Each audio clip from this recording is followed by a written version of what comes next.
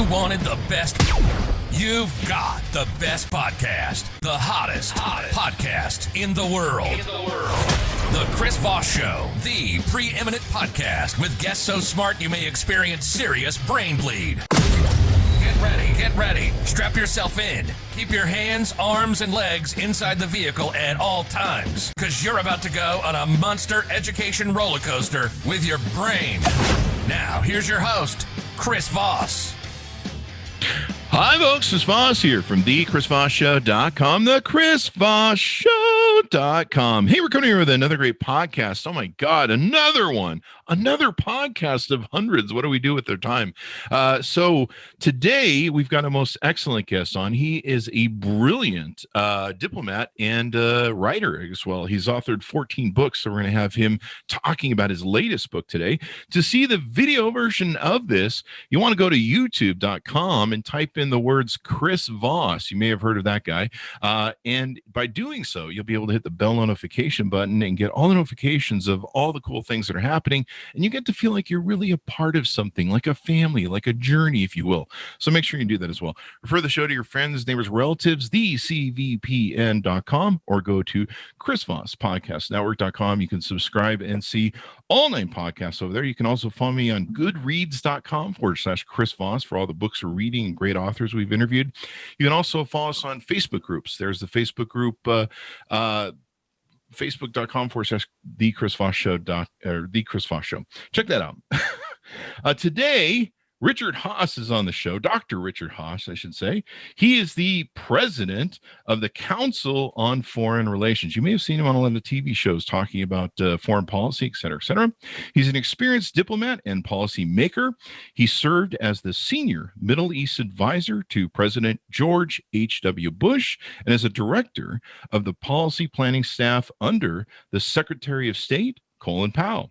He's a recipient of the Presidential Citizens Medal, the State Department's Distinguished Honor Award, and the Tipperary International Peace Award. He is also the author, as I mentioned, of 14 books on foreign policy and international relations, as well as an editor, including the book, A World in Disarray. His latest book, the one we're going to be talking about today, The World, A Brief Introduction. Welcome to the show. How are you, Richard? I'm great, Chris. Great to be with you. Awesome sauce. It's good to have you on the show. Do you want to give us your plugs, your .coms, where you want people to look you up on the websites and order your book as well?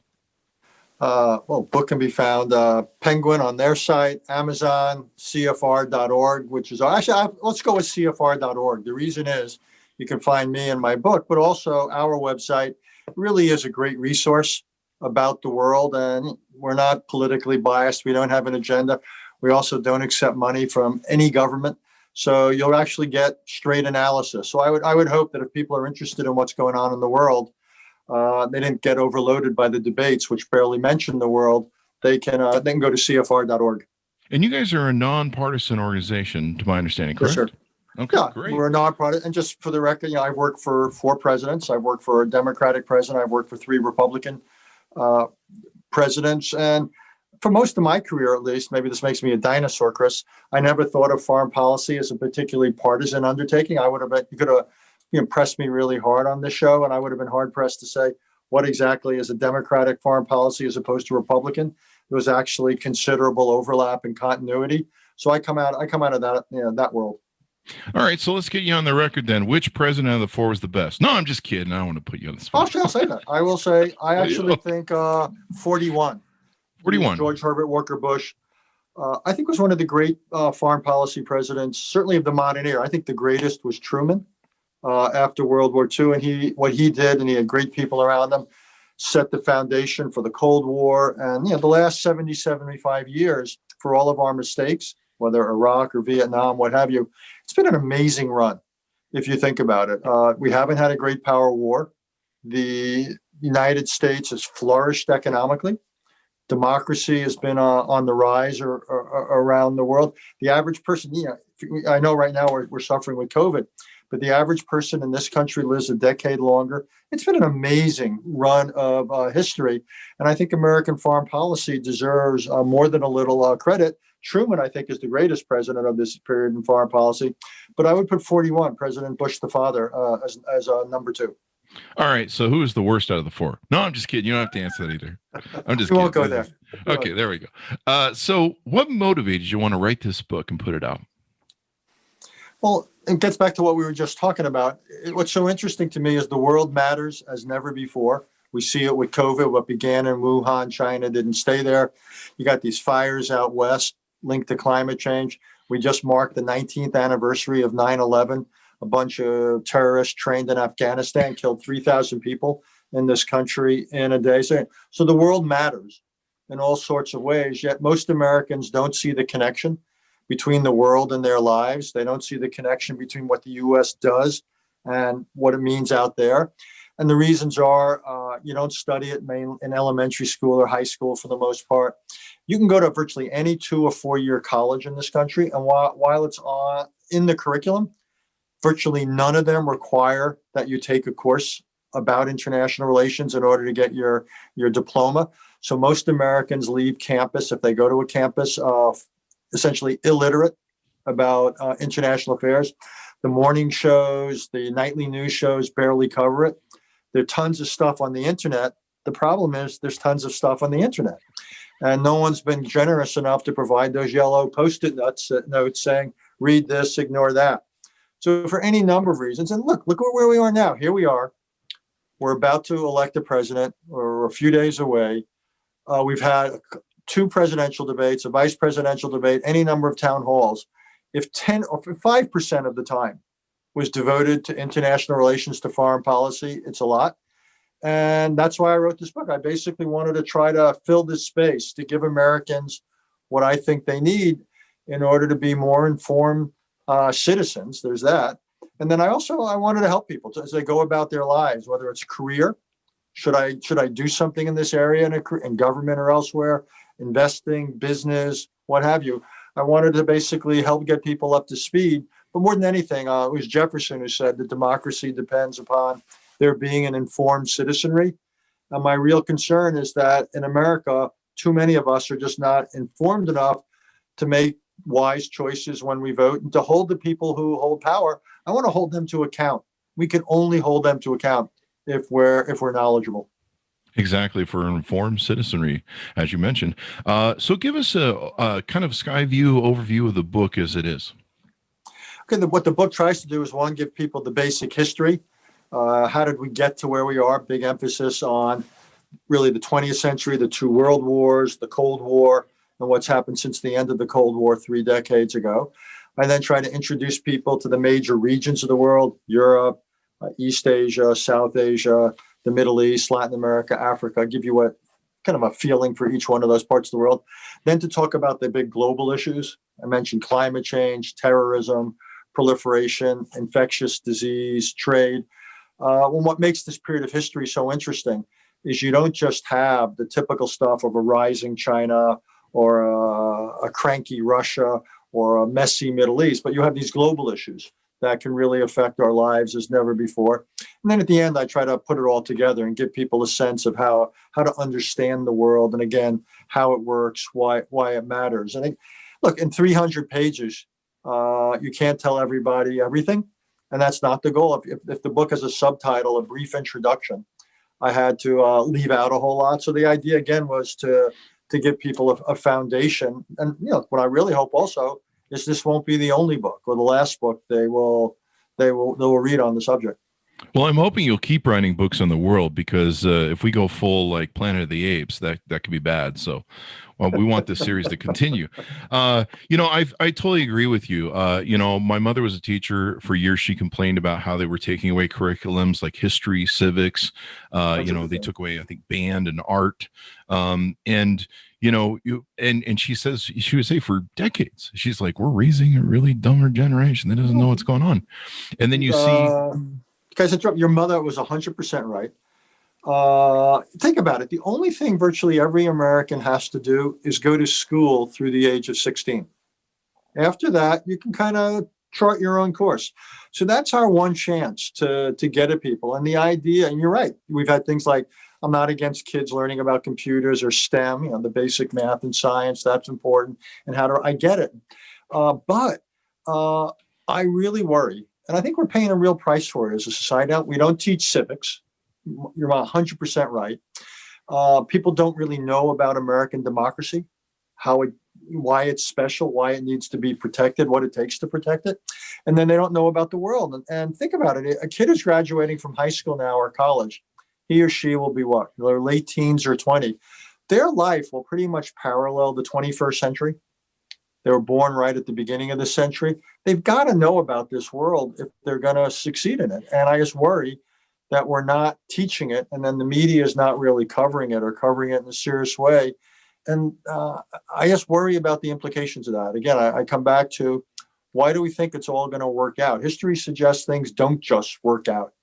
And I also think if Americans don't know about the world, I'm curious to see what you think about this. I think the default reaction is then isolationism. If you don't know about the world, then you're going to say, well, it doesn't matter, or I don't have time, I'm too busy. And the danger then is we pull back from the world, and we may get tired of the world, but the last I checked, the world's got a lot of energy, and it doesn't show any signs about getting tired with us. And the thing you detail in the book, and you go through an incredible history and you lay out the foundation of it. One of the things I really liked about the book is I grew up as a child. I grew up reading a lot about the generals and military. I was really into the military and building aircraft carriers, and I just love and I love the strategy, reading about Eisenhower and all the different generals that were in World War II, and McCarthy, I think it was, and others. And then I remember reading 1000 Days about JFK's thing, and just really seeing the connection of the dots and how America does this, and then this stuff either happens good or bad, sometimes bad when we're putting our fingers on scales. But I never really got into it. But then, like you say, I went into this sort of, well, I'm going to do my business and make some money and chase the girls around town. And then 9/11 woke me up, and I went, wow, I better start understanding what's going on in the world, because evidently some people outside of my little American exceptionalism hate me and they want to blow us up, and I better find out why. And that's when I started re-exploring what was going on in the world. And I think that's what's so great about your book. Well, thank you. And again, 9/11 ought to have been a wake-up call. For some it was, but for many it was not. Maybe COVID-19 will be. That we'll realize that when a disease breaks out in some remote part of the world, it has potential consequences. Obviously, if you're living in California now, you don't need a lot of lectures about climate change. You're seeing it out your front door. So, but those are painful lessons. Those are expensive lessons. And what I'm hoping is people get a bit of an understanding of history out of this, and they realize that not one, the world matters, but two, we still have more influence over it than anybody else. And it's in our own self-interest to do certain things. That people shouldn't think of foreign policy as an act of philanthropy. Foreign policy is something out of our own self-interest. And I want people to feel that connection. And it's really is a concise book.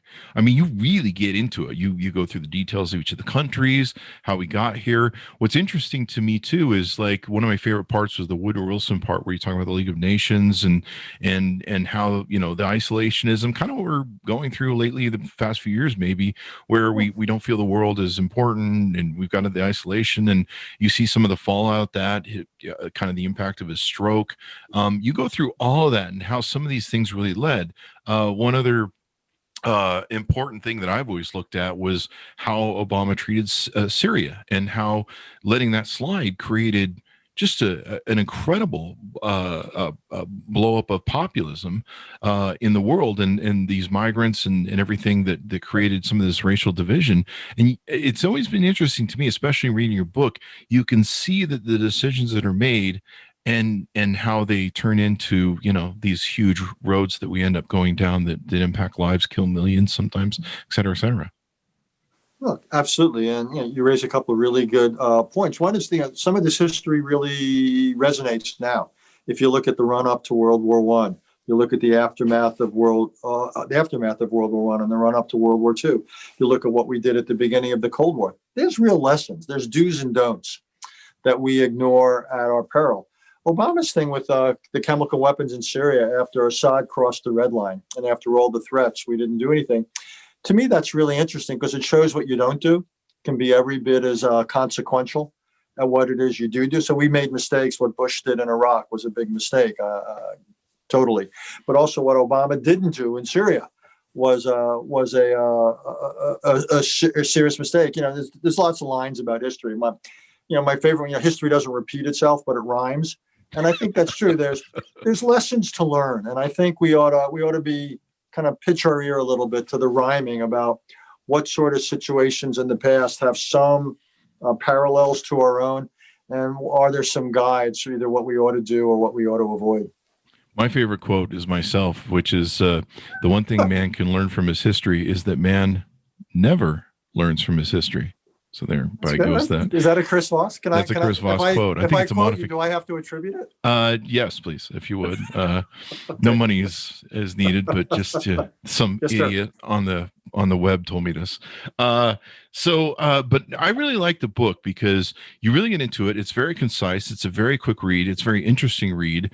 And I meet a lot of people in the world. After 9/11, I really got into it. Okay, let's find out what the world's about, what's going on in the world, and how important it is. And I'm a strategic brain because I come from, I don't know, for some reason I just have a strategic brain, and so I like to look at these things. I like to look at the cause and effect. Where things bloom out from one bad decision. And also, one of the things that I don't know if you intended it to be a theme in the book, but talking about globalization and isolation and the cause and effects throughout the book of when America went, no, we don't want to deal with that. And then the fallout from that. That was kind of interesting.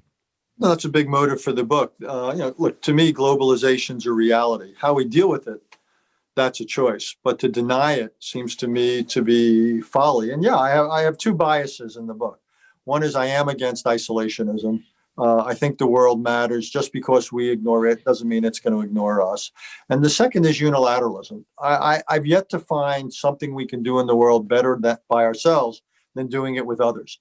And the great advantage this country has is we get up in the morning, we have dozens of countries in Europe and Asia in particular who are disposed to work with us. They're allies, they're partners, whether it's dealing with China or dealing with terrorism or what have you. That's a great advantage. So it seems to me it's a major mistake to toss that away and to try to go about our business by ourselves. So yeah, this is mainly a book to educate. But if I have two lessons or two themes I'd like the reader to take is one, we can't afford to ignore the world. And two, we really should do things with others where at all possible. The world, and you're very right. The world, kind of when we went through maybe you call it the age of American exceptionalism, the asshole American, if you will, in the 50s, 60s, and kind of when we were this superpower that was alone and economically we were still the most powerful. I think we still are, but China is definitely coming down our shirt tails. Mm-hmm. And given their population, if they ever get their stuff together, same thing with India, and you cover a lot of this in your book. But for a long time there before Donald Trump, there was what I call the Kardashianism of like the news.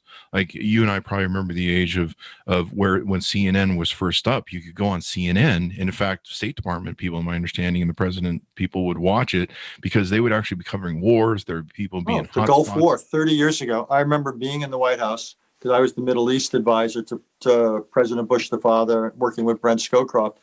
And remember, what was the CNN guy, Bernie, I forget his last name, who was under his desk in Baghdad when we were bombing him. It was Wolf Blitzer and Bernard Shaw, I think. Bernie Shaw, exactly right. Good memory. And often we would be watching CNN to get a sense of how things were playing out there. I mean, and suddenly you felt, in the old days, you used to have news cycles. Well, in part because of CNN, we just then had one cycle. We would say something, it would be immediately heard in Baghdad. It might be heard, and you couldn't narrowcast. If you said something, it would be heard in Baghdad, it would be heard in Tel Aviv, it would be heard in London, it'd be heard in Beijing or Moscow. And it really changed the way we did business. It sped it up. And we learned again that you didn't have the luxury of time. You didn't also have the luxury of narrowcasting. Everything was a broadcast. Yeah. And then it became really dissolved to entertainment TV, like I say, the Kardashianism of CNN, if you will, where before Trump, it just seemed to really hit a bottom. And of course, a lot of people weren't subscribing to news. It seemed to lose its value. And I think there's a book in that, Chris. I think you've got it, From Kissinger to Kardashian. And I think You've got it bookended there. I think it's big. I think it's got big potential. I'll see if I can get Kissinger in. I can't. I've always tried to do a Kissinger impression, but I never can. No, I meet a lot of people, and I'm sure you do too. I don't know why that's a fact, but I meet a lot of people that are Americans that go, "Oh, why do we spend money in these countries? Why do we care? We waste all these money, supporting these people and F them." And and you're like, do you understand how and you lay out in the book the foundations of why we tried to spread democracy, why we dealt with the Cold War. And it's really important that, like you say, that people understand why we do this, why we spend that money, and how that keeps safety to our shores. Well, thank you. There's that. Also, the amount of money we spend, and the numbers sound large, and they are large. We spend $750 billion a year on defense. But as a percentage of our economy, it's actually much lower than we averaged during the Cold War. So, yes, we should make sure every penny we spend is smart, but it's not bankrupting us. We proved for decades that we could spend much higher levels of our economy on defense and still do well here at home. And also, God knows we have any number of domestic problems, but in many cases, it's not because of not spending enough. Take healthcare. We spend far more than the other developed countries per capita on healthcare. We spend twice as much as the average of the other advanced economies. The last I checked, we're not twice as healthy. We don't live twice as long. So to me, the lesson is, in many cases, it's not how much you spend, it's how you spend it. But I try to, another message, fair enough, in the book is I want to discourage people from thinking every dollar we spend on the world is a dollar taken out of our pocket at home. We need to do both. In the 21st century, national security has an international dimension and a domestic dimension, and they each affect one another. So if we don't fix things here at home with COVID, with the economy, we're not going to be much good for the world. But also, if we ignore the world, it's going to make it much harder to deal with our challenges here at home. We've got to do both. One of the other things I wanted to ask you is, or talk about, is I liked how the book got into the demographics of age. You really can, and that's part of the strategy, the mix of, you can't just look at China and go, well, China monolith. You got into like the aging populations and how that's going to have effect on them in the future, and of course us as well. Yeah, no, you're right. It's one of the things I learned most in writing the book. I've been working in this business for 40 years, and I learned a hell of a lot writing it. China's now 1.3, 1.4 billion people, about 1 out of every 5 or 6 in the world, but it's going to shrink. It's going to get older, and it's going to shrink in numbers. India is soon going to overtake it, and then it's gradually going to taper off. Africa is the part of the world where the numbers are coming from. Africa is going to grow by over 1 billion people over the next 30, 40 years.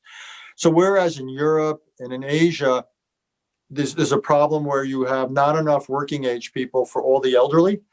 In Africa, it's more the opposite. You're going to have so many young people in their prime. And the question is, can you find jobs for all these young people? We've actually got an interesting thing in this country. We're one of the more balanced demographies, in large part, interestingly enough, again, because of immigration. But so we have people at almost all age. We've got young people, we've got middle-aged people, we've got elderly, but we're not out of whack. It's one of our advantages unless we screw it up. Yeah. And a lot of people don't realize we're actually one of the best, I think, in the world, to my understanding, or what I've read, at integrating immigrants. Like a lot of countries like France and stuff, they really have a hard time getting them to mix in. And I think there's a reason for that. Think about our history. This is a country that more than anything else was based on an idea. That's it. We weren't based on a religion. We weren't based on politics. We were based on an idea. Now we didn't always live up to our ideals. I understand that, but we were a beacon for immigrants, and people would come here and we would integrate. We basically said, we don't care what color you are, what your religion is, and the rest. And again, we over time have gotten better at this, though we still got a ways to go, to say the least. But the whole idea was, you come here, you work hard, you have a chance to succeed. That was, the dream. And people from the most talented people from all over the world came here. And that, to me, it's one of the reasons we've been so successful. We have been a magnet for talent, and talent that often didn't have the chance to fulfill itself in their home country. And you look at the Fortune couple of hundred top companies, a shocking percentage of them are run by immigrants or the kids of immigrants. And that tells me, so people think of immigration, or some people think of immigration as a liability. I see it as one of the great comparative advantages of the United States. Japan doesn't have that. China doesn't have that. We have that if we're smart about it. You know, one of the things you talk about is we don't see international news really. I mean, I actually have to go to different websites or different apps to see international news like BBC World, et cetera, et cetera. And we don't talk about it on the evening news. Do you think COVID is going to push us towards more isolationist sort of thinking amongst our public? It's a really good question, and it's one I've been asking myself. I can argue it round or flat. There is the argument that it shows we're vulnerable to what happens in the world. So it's one of the reasons I think this president was wrong to take us out of the World Health Organization. Yes, it's flawed, but that's the reason you stay in there, to make it less flawed. But I think there's a chance that COVID will help or lead us to turn inward a bit. It'll add to the sense that we've got to sort ourselves out. COVID, the economic consequences of it, the other problems we have, God knows. So I think whoever wins this election is going to face a country that's going to feel the need to focus inward. And also our last few international experiences, things like Iraq and Afghanistan, haven't been exactly good. So I think the first instinct of the country is going to be to focus inward. The problem is the world's not going to go to us and say, okay, you Americans, we understand. Go take 5 years, sort yourselves out. We'll cool our heels and wait for you. And when you're ready, you're welcome. It doesn't work that way. Yeah. And that's the problem, that history's not going to wait for us while we sort ourselves out. So again, at the risk, it sounds too cliche, but we're going to have to sort ourselves out at home at the same time we stay involved in the world. The good news is we can do that. To me, the question is whether we will. And it will be very interesting. I mean, we are, I don't know if in studies of history, you may probably know, I know you know your history better than I do, but there may have been no more consequential wide divide of two different roads this America is going to be choosing in this election to go down to. I mean, one is definitely going to be probably more open to the world and back to the way we used to have things with foreign relations. The other may be even more deepening protectionism and isolationism and nationalism. What do you want to talk about either of those roads that we might go down, or what you see? First of all, your analysis is right. This is I remember when Goldwater ran against Johnson, which people thought was such a big choice. In retrospect, for all their differences, their similarities were far greater. This really is a choice. And you may think it's great, you may think it awful, but Donald Trump is an outlier. If you look at every modern American president, beginning with Harry Truman, who was president in 45, and you take through Barack Obama, for all their differences, they were essentially playing the game between the 40-yard lines. And this is true of Ronald Reagan and both Bushes, Eisenhower, the Republicans, true of all the Democrats, all within the 40-yard line. Trump's the first president who's playing the game from an end zone. That's fundamentally different. And you see it domestically, but you also see it in foreign policy, his opposition to alliances and allies. I dubbed it the withdrawals doctrine, that we've pulled out of all these agreements and all these institutions. The way he at times fawns over dictators, doesn't place Democrats ahead of authoritarians. I'm not saying he hasn't gotten a few things right. I think he was good to call out China. He's made some progress recently in the Middle East. We got a trade deal with Canada and Mexico. So I think there are some things that have worked out. But overall, I think he has departed. It's actually a parallel with healthcare. I think he's basically disrupting or dismantling much of American foreign policy from the last 3/4 of a century, but he hasn't put anything in its place. And Biden, by contrast, believes in American foreign policy over the last 75 years. I think he would have an allies first foreign policy. He would get back into a lot of these arrangements and institutions. The challenge for him will be what we just talked about. Domestically, this is a country that doesn't have much appetite for the world right now. And second of all, a lot of those arrangements he would get back into are flawed. To get back into the World Health Organization, that ain't going to solve things. To get back into the Paris Agreement on climate, that won't solve things. Or the Iran nuclear deal. So the challenge for a Biden administration, I think, will be how to persuade the American people to stay involved in the world, and then how to really be creative. How do we modernize the machinery out there? Because what we've got is getting pretty long in the tooth, 75 years on, and it's simply not up to the task. If Trump were to win, I mean, we would probably see the incredible rise of China as a superpower in the world, even more so than they already have become. You think? Well, I think to some extent China's rise will depend on China, and they've got a lot of internal challenges. I think the difference is we won't be able. Trump's inclination would not be to work with our allies to shape China's rise. Well, to me, what foreign policy is about is you want to encourage some behaviors and discourage others. And you do it lots of ways using all your tools, diplomacy, military force, economics, sanctions, what have you. And I think that's not his instinct. His instincts will be to cut this or that deal and to try to do it unilaterally rather than working with our allies at basically shaping the full range of Chinese choices. And I think that's just really short-sighted. And what the Chinese will do is they'll give us some deals. They might say, here, have this trade deal. But in the meantime, they're going to do a lot of things that are going to leave us and the world worse off. You've probably read John Bolton's book, and I have too. And one of the things that you talk about in the book is how a lot of these deals, these trade deals and different peace deals, cemented sort of security in the world. He pulled us out of a lot of stuff. And I guess my question for you is, if John Bolton shaves that nasty mustache he has, will he get more dates on Tinder? That is one of the great questions of our time. I lose sleep every night, my friend. I'm going to try not to focus on your question, but you did throw me off my game. I'm sorry. Look, no, but John, again, I'm not against pulling out of things. I'm not breaking in and getting out of agreement. But it's a big if. If you've got something better to put in its place. And what to me is so damaging about a lot of what Bolton advocates and a lot of what Trump has done is that it was like healthcare, repeal without replace. So if you've got something better, then sell it to the American people. Get out. Like, allies aren't stupid. If you have a better alternative to some arrangement, they'll sign up. But what I saw was a United States that didn't have anything better. And I'm not claiming that all the agreements we were part of were perfect. Of course they weren't. But unless you've got something better, again, why would you dismantle them? And also in the process, you create tremendous uncertainty about American reliability and predictability. And this is a world that's come to depend on us. Our enemies have to know, well, we mean what we say. We're prepared to act. Our friends have to know that we've got their back and we're there for them. If you create a world where the United States can't be counted on, no one knows what we're going to stay committed to, you're going to have countries developing nuclear weapons all over the place. You're going to have other countries appeasing China.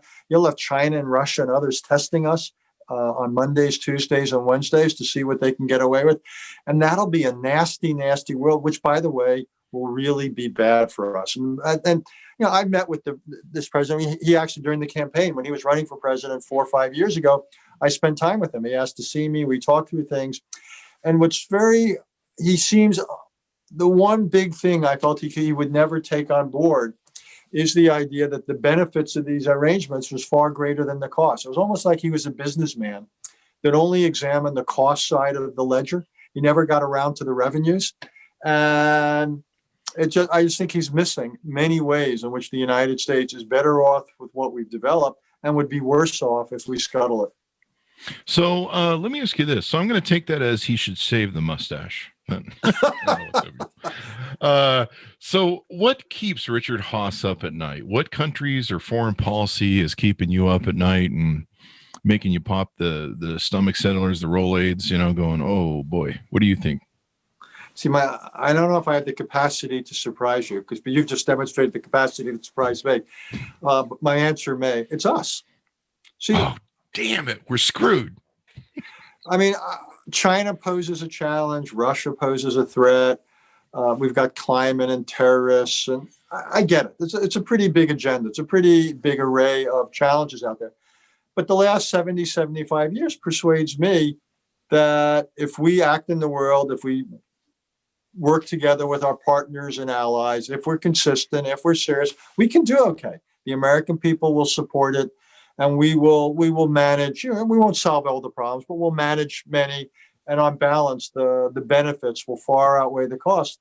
The problem is I'm not sure we've got the appetite to do that anymore. Gets back to our earlier conversation. A lot of Americans don't see the rationale for doing it.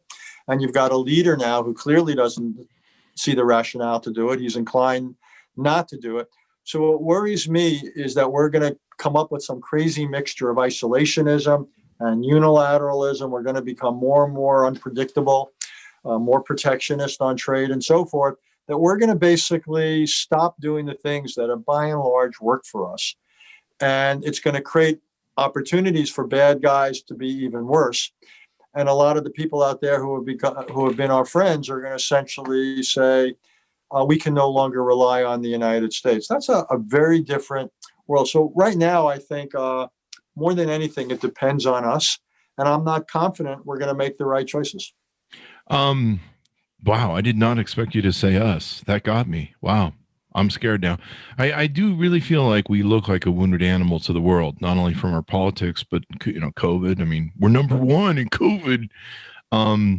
But it's a form of American exceptionalism we could have done without. But and it's really affected. It's a good reminder. Sorry to interrupt you. I apologize, but it's a good example of we don't think of certain things as foreign policy, but when we're inept, we're incompetent on dealing with a domestic challenge like COVID, it sends a really powerful message to the world that there's something wrong with the United States. When we can't deal with race issues peacefully, or our politics are dysfunctional, we lose a lot of standing and influence in the world. And I think that's what's going on.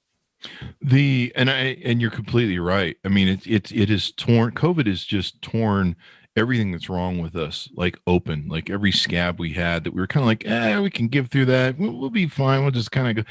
Racism, our healthcare issues, our economy, whether you want to call it taxation or the distribution of wealth in this country.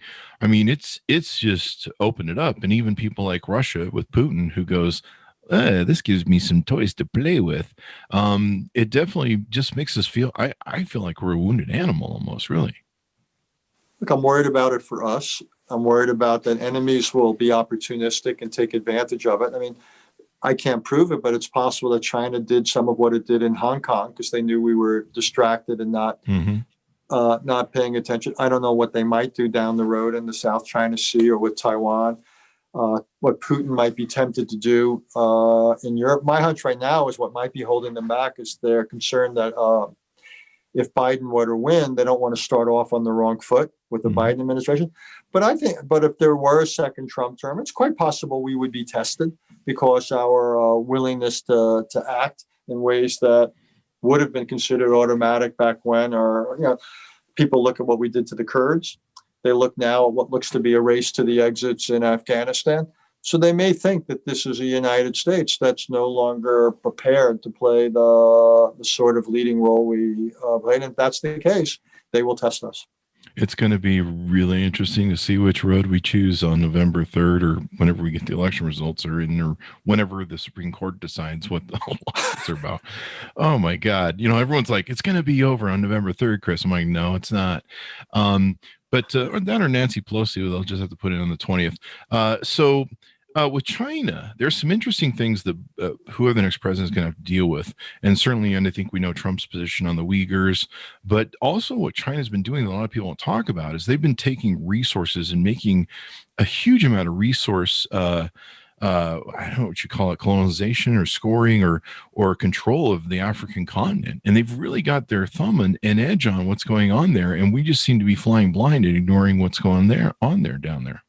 Yeah, China's its so-called Belt and Road Initiative. They're building a lot of infrastructure projects, it could be everything from ports to roads, but also IT kind of infrastructure. They're doing some in Asia, places like Pakistan. You mentioned Africa, some Latin America. Yeah, we've got to compete. To me, that China is doing it, it's their prerogative. They're signing some deals that are really unfortunate, really, they're kind of like loan sharks in some of these cases, the terms. But we ought to be out there. We have foreign aid. The last I checked, we could do things with trade, in both investment, with bringing students to the United States, and so on. So there's ways we can and should compete with China, but too often now we're not. And that's look, China is not banking tremendous goodwill. People saw how they screwed up with COVID. People see what they're doing to the Uyghurs. They see Hong Kong. China's very heavy-handed. Again, these loan terms are often really draconian. So I don't think there's a lot of illusions about China, but you can't beat something with nothing. We got to get back on the field, and I hope we do, and I think we'll be welcomed. We'll be welcomed if we do. I think so. If we elect Biden, people will be like, "You're back. We missed you." And like you mentioned, the terms are draconian. I think China like sees someone's harbor on a foreclosure of a debt or something along those lines, and I was like, "What?" And you're just like, "Wow, okay." And also, the opportunities to do that sort of thing are going to grow. So many. I've argued that COVID and the pandemic are not a turning point, but what it is going to do is going to weaken a lot of countries economically. Yeah. So countries are going to be people are racking up enormous debt. They've got enormous needs. Unlike us, they can't print, dollars. So there's going to be opportunities for China. And again, I think we should be out there offering countries an alternative. Yeah. Now we're seeing the rise of several different issues too. What really surprised me was the Armenian, Azerbaijan sort of issue that's going on right now. Like a lot of people don't even know that's going on because it's not making the news at all.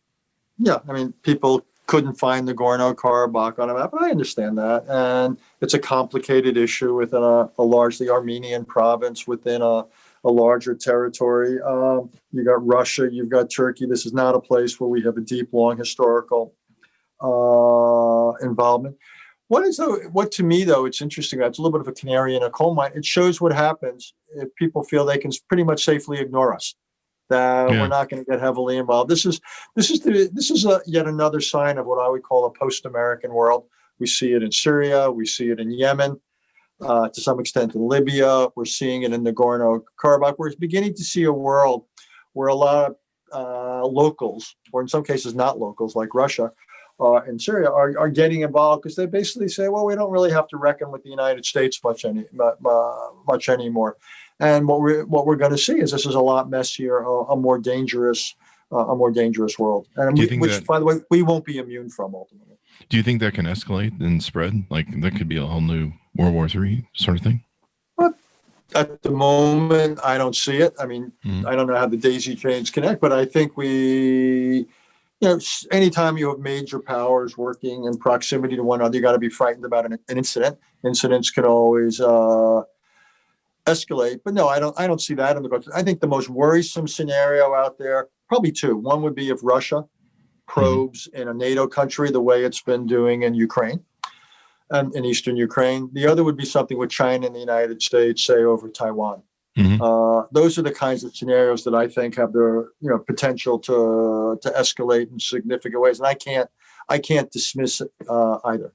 Do you think if we negotiated to turn over the Kardashian family to whichever power wants them, that would settle that whole dispute? No, I'm just kidding.